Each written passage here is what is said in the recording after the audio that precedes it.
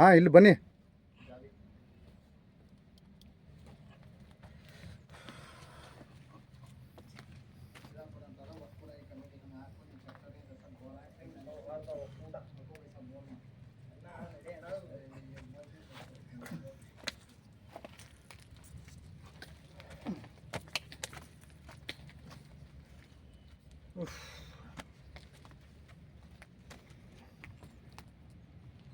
ಇದು ನಮಕಿ ಅಷ್ಟೇ. ಎಲ್ರಿಗೂ ನಮಸ್ಕಾರ.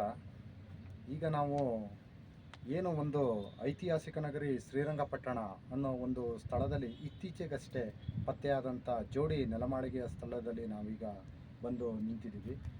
ಬಂಧುಗಳೇ, ಈ ಒಂದು ನೆಲಮಾಳಿಗೆಯನ್ನು ಶೇಷಾದ್ರಿಪುರಂ ಕಾಲೇಜಿನ ವಿದ್ಯಾರ್ಥಿಗಳ ತಂಡದೊಂದಿಗೆ ಈ ಒಂದು ಶ್ರೀರಂಗಪಟ್ಟಣದ ಪ್ರಜ್ಞಾವಂತ ವೇದಿಕೆ ಹಾಗೂ ಮುಸ್ಲಿಂ ಸೌಹಾರ್ದ ವೇದಿಕೆ ಶ್ರೀರಂಗಪಟ್ಟಣ, ಹಾಗೆ ಇನ್ನೂ ಕೆಲವು ಸಮರ್ಪಣಾ ಟ್ರಸ್ಟ್, ಹೀಗೆ ಇನ್ನೂ ಕೆಲವು ಸಂಘ ಸಂಸ್ಥೆಗಳನ್ನು ಒಳಗೂಡಿ ಇಲ್ಲಿರ್ತಕ್ಕಂಥ ಏನು ಒಂದು ಕಾಡಿನ ಮಟ್ಟದಲ್ಲಿ ಬೆಳೆದಿರ್ತಕ್ಕಂಥ ಗಿಡಮರಗಳನ್ನು ಕತ್ತರಿಸಿ ಇದನ್ನು ಸ್ವಚ್ಛಗೊಳಿಸಲಾಯಿತು. ಆದರೆ ಇತ್ತೀಚೆಗಷ್ಟೇ ಇಲಾಖೆಗೂ ಗಮನಕ್ಕೂ ಕೂಡ ಈ ಒಂದು ಜೋಡಿ ನೆಲಮಾಳಿಗೆ ಸಿಕ್ಕಿರೋದ್ರ ಬಗ್ಗೆಯಾಗಿ ಪತ್ರಿಕಾ ಮಾಧ್ಯಮದಲ್ಲೆಲ್ಲ ವರದಿ ಕೂಡ ಆಗಿತ್ತು.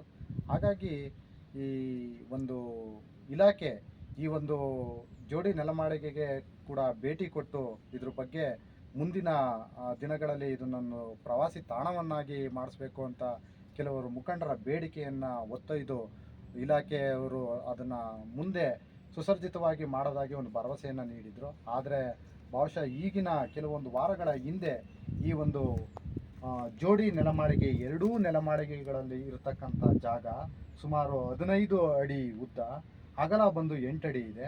ಮತ್ತು 5 ಕಂಬಗಳಿಂದ ನಿರ್ಮಾಣವಾಗಿರ್ತಕ್ಕಂಥ ಚುರ್ಕಿ ಗಾರೆಯನ್ನೊಳಗೊಂಡಂಥ ಈ ಒಂದು ಸುಸಜ್ಜಿತವಾದಂಥ ಕಟ್ಟಡ, ಕೆಳಗಡೆ ಇರತಕ್ಕಂಥ ನೆಲ ಹಾಸನ್ನು ಇತ್ತೀಚೆಗಷ್ಟೇ ನಿಧಿಗಳ್ಳರು ಬಂದು ಇಲ್ಲಿ ಏನೋ ನಿಧಿ ಇರ್ಬೋದೇನೋ ಅನ್ನೋ ಒಂದು ಭಾವಶವನ್ನು ಈಗಿರ್ತಕ್ಕಂಥ ಜಾಗನೆಲ್ಲ ಕಿತ್ತು ಹಾಳು ಮಾಡಿದ್ದಾರೆ. ಬಂಧುಗಳೇ, ಇದು 250 ವರ್ಷದ ಈ ಒಂದು ಸ್ಮಾರಕ ಮುಂದಿನ ತಲೆಮಾರಿನ ಪೀಳಿಗೆಗೆ ಇದೊಂದು ಪ್ರವಾಸಿ ತಾಣವಾಗಿ ಇಟ್ಕೋಬೇಕಾದದ್ದು ನಮ್ಮೆಲ್ಲರ ಕರ್ತವ್ಯ.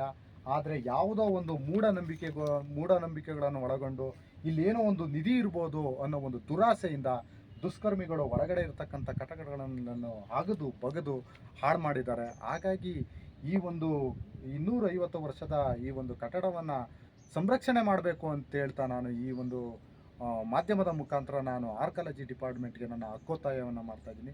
ಧನ್ಯವಾದಗಳು. ಕಟ್ ಮಾಡಿ. ಯಾವುದನ್ನ ಇದೆ? ಕಟ್.